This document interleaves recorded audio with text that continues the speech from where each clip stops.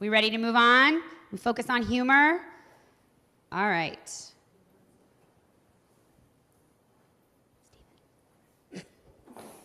Slide. All right. I'm sorry, I'm going to tweet this, excuse me, while I do this while I'm standing here. That's what it's all about. All right, so if any of you were, I don't think if any of you were maybe in my Women in American Politics class last year, we talked a lot about Joni Ernst, and we talked about this particular ad. So, as it says here, so Joni Ernst was running for Senate in Iowa 2014. This was an open seat race. Joni Ernst is a very interesting background, so she'll tell you a little bit about her background and why it makes her very well suited to go to Congress specifically. She is a veteran. So this was in 2014, if we could think about the context, this is the midterm election after Obama was reelected in 2012. We are coming off of a government shutdown. We're coming off of and then have continued on the path of excessive gridlock and polarization. And so what Joni Ernst is saying in this ad is she has a very unique background that makes her well suited to come into Washington and take care of business in a very particular kind of way. I will mention that she won this race, and she is a senator now. I'm Joni Ernst. I grew up castrating hogs on an Iowa farm. So when I get to Washington, I'll know how to cut pork. Joni Ernst, mother, soldier, conservative. My parents taught us to live within our means. It's time to force Washington to do the same. To cut wasteful spending, repeal Obamacare, and balance the budget. I'm Joni Ernst, and I approve this message because Washington's full of big spenders. Let's make them squeal.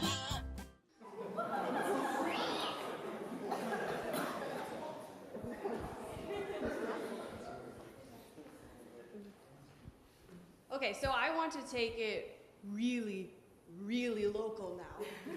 And the Rockingham County School Board is the school board that we all really care about here in Naperville, Illinois.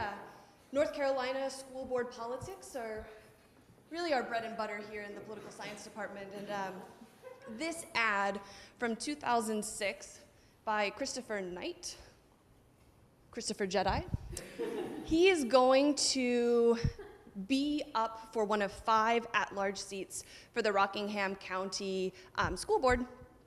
He comes in 8th out of a slate of 16 candidates. And this really surprises me given how high budget this ad was. Hope you enjoy. When it comes to education, government bureaucracy is like a cosmic bully. Legislation like No Child Left Behind is targeting and destroying our ability to best teach our children. We need someone to fight for Rockingham County schools against the tightening grip of unfunded mandates.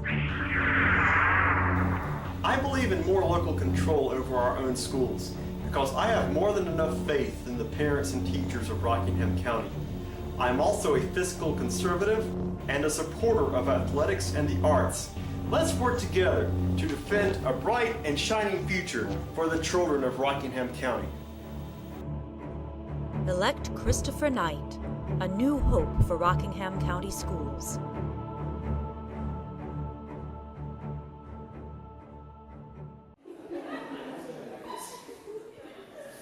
That's tough to follow. All right, that's good. So the ad I'm going to show you was made by Ted Cruz recently for the 2016 Republican primary. And the ad was inspired from a classic scene from the movie Office Space. So I hope some of you have seen that movie. It's a very funny movie. And there's this scene where 3 software engineers are frustrated that their printer doesn't work. And so they take this printer, they steal it, they take it out to the middle of a field, and then they start smashing it with baseball bats and breaking it up. And in the background is a song from the Ghetto Boys that's playing, and it's great. And so Ted Cruz must have liked this movie and wanted to attack Hillary Clinton, even though it was the Republican primary. So he makes a similar ad where instead of these 3 software engineers, it's Hillary Clinton and 2 of her aides destroying a computer and email server. And so they take it out to the field and engage in similar behavior. And there's also a song by Ghetto Boys, Damn It's Good to Be a Gangster, or Damn It's Good to Be a Clinton, playing in the background. Here we go. Damn, it feels good to be a Clinton. Damn, it feels good to be a Clinton. A shameless politician always plays her cards right. Got a crew for the fight on the airwaves. Lapdogs in the press keep their mouths tight. Cause a Clinton never needs to explain what, why it is what they done or with who. A real Clinton knows that they're entitled, and you don't get to know what they do. What difference does it make? For a Clinton, what's loaded in some fat Oppo file? A Clinton plays the victim for promotion. A Clinton kills it off with a smile. Damn, it feels good to be a Clinton. A server full of secrets ain't no thing. Damn, it feels good to be a Clinton. Nothing ever hits with the sting.